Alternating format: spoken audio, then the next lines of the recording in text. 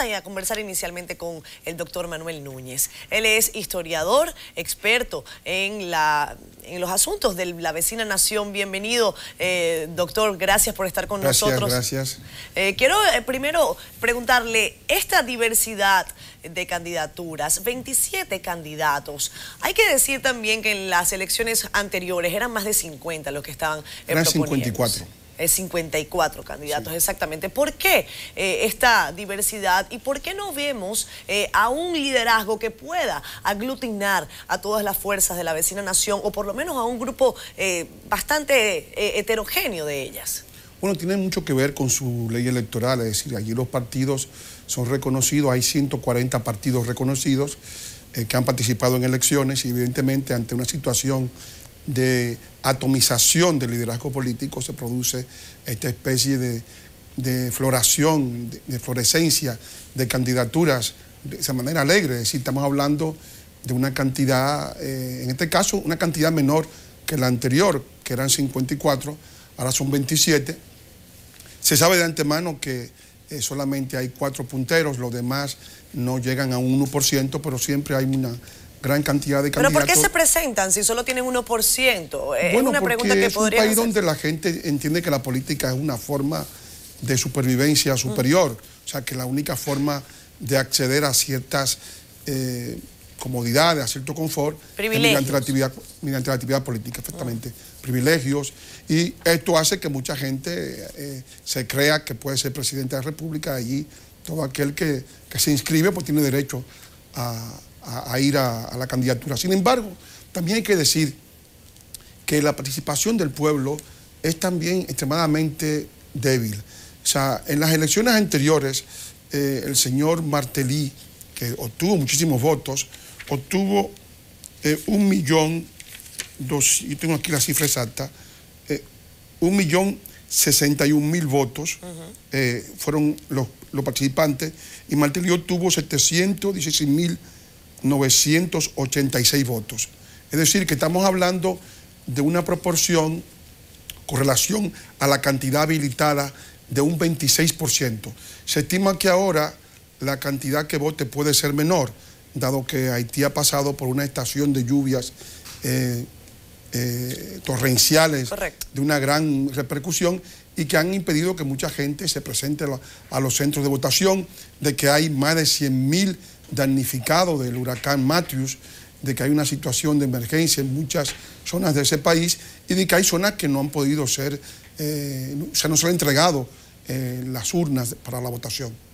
Hablábamos con el señor Paraison y él decía que probablemente la asistencia a las urnas rondaría entre el 20 y el 25%, pero hay un dato que también llama la atención.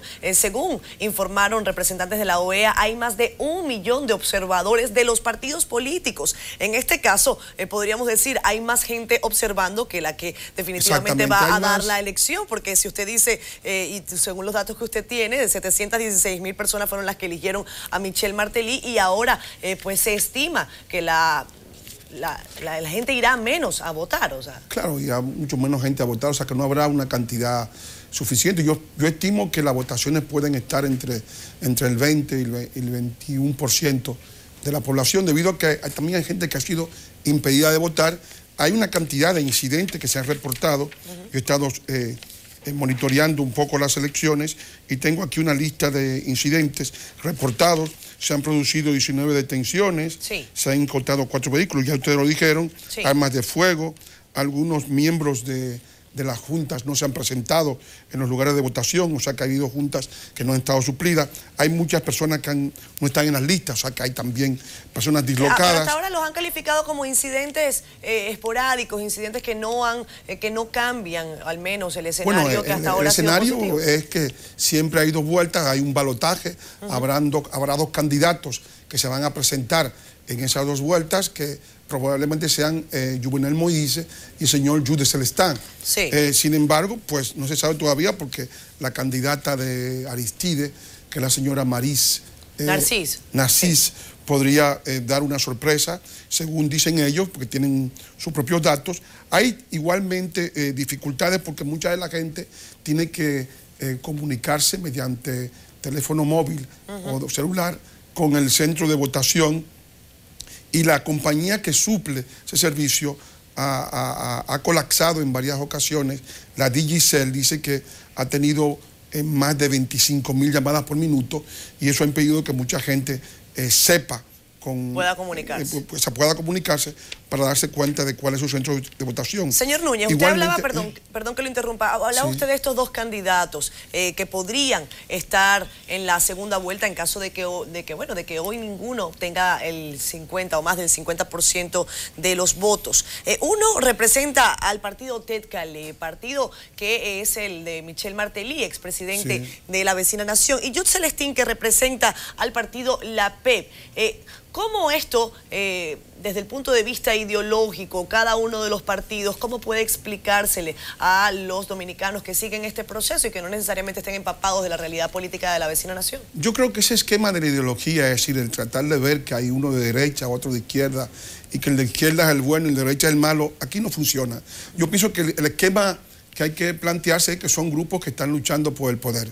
El grupo de Moïse, de Jovenel Moïse, que es un empresario de los plátanos, está muy vinculado a Martelly, se ha desvinculado parcialmente de Martelly, ha tenido mayor simpatía por ello, y el grupo de Jud Celestín estuvo vinculado al expresidente Preval.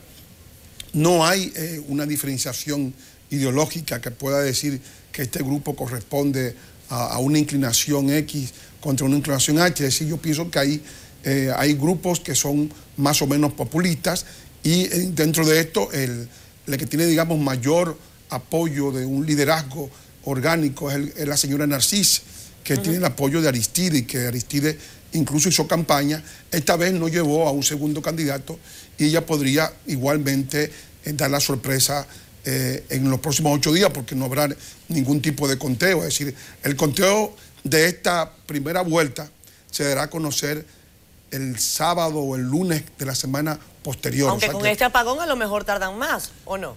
Bueno, evidentemente pero el apagón siempre, en Haití los apagones no son una rareza. O sea, estamos hablando de un país que tiene una cobertura eléctrica de un 35%. O sea, que en un país donde hay ese tipo de cobertura, lo que hay son prendiones. O sea, decir que un apagón es una cosa sorprendente, pues evidentemente es una forma un poco hiperbólica de enfocar las cosas. Yo pienso que ellos han anunciado, y de hecho lo dijo el señor Berlanger, que es el jefe del comité electoral, del CEP, dijo que darían los primeros resultados en una semana. O sea que estamos hablando de que pueden ser 7 u 8 días de incertidumbre en lo que las cosas se presentan. Cualquier cosa puede pasar. De hecho, muchas de esas personas que creen un poco en la superstición, dice, por eso muchos van como candidatos, que cualquiera puede salir, porque en el caso específico del señor Celestín, que en las elecciones del 2011 estaba puntero y que había prácticamente ganado las elecciones, y que estaba en segundo lugar la señora Manigat.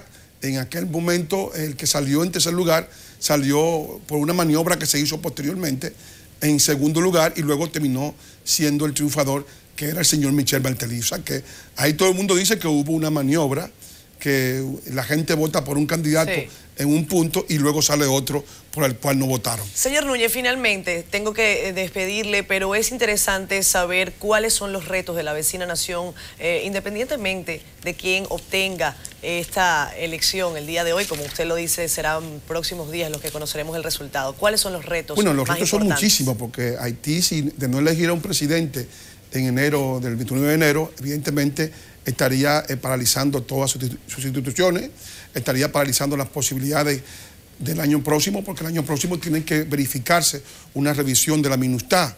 Si la MINUSTAH se va, sería el único polo de autoridad que hay en ese país, y sin un polo de autoridad el país naufragaría en una situación de caos y de ingobernabilidad. Yo pienso que tienen ellos la responsabilidad de tomar las riendas de su país para poder evitar que esa cosa ocurra. También hay que destacar de esta heterogeneidad de propuestas. Hay propuestas que suenan hasta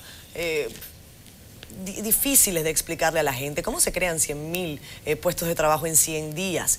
Es una de las propuestas que han tenido los candidatos de gobierno de Haití. ¿Cuáles son las propuestas reales que usted cree que se pueden cumplir en el corto plazo? En el caso real, Haití depende mucho de la comunidad internacional, es decir, el presupuesto del orden, que es la MINUSTAH, que son 600 millones de dólares anuales, es el que mantiene la posibilidad de que ese país pueda haber elecciones. Si hay una buena negociación internacional que pueda dar pie a que una gran cantidad de industrias, debido a la confianza en el nuevo gobierno, pueda instalarse allí, basado justamente en la existencia de bajos salarios, porque la única posibilidad que Haití tiene para ofrecerle al resto del mundo es que tiene los salarios más bajos del continente. Y sí, pero son salarios de hambre. Pero... Bueno, sí, pero que son salarios que hay. Son los salarios que hay, no se van a inventar otros. Los que no hay, es decir, claro, allí donde no hay empleo, estamos hablando de un país que tiene 70% de desempleo, el más alto del continente. Y evidentemente allí lo que es prioritario es la creación de empleo para evitar que el país naufrague aún más en una situación de ingobernabilidad y de insatisfacción de la población. Yo pienso que si se observa una cierta estabilidad, una cierta confianza, es decir, un gobierno que pueda saberse que va a durar los 4 años, que no es un gobierno provisional, que pueda ser en la transición hacia lo que podría ser, digamos, asumir la responsabilidad del control del país, que sería efectivamente el tratar de tener el polo de autoridad que la MINUSTAH está a punto de abandonar y que quiere abandonar, porque ellos han dicho que le darían a Haití 1 año más o 2 años más, sí, pero después se irían, y si se van de allí, pues evidentemente no habría una autoridad para mantener el orden. Entonces, si ellos logran eso, evidentemente podrían lograr que la confianza para que los inversionistas privados puedan invertir allí y crear los empleos que ellos piden. Bueno, muchísimas gracias al doctor Manuel Núñez, historiador, experto en el tema haitiano.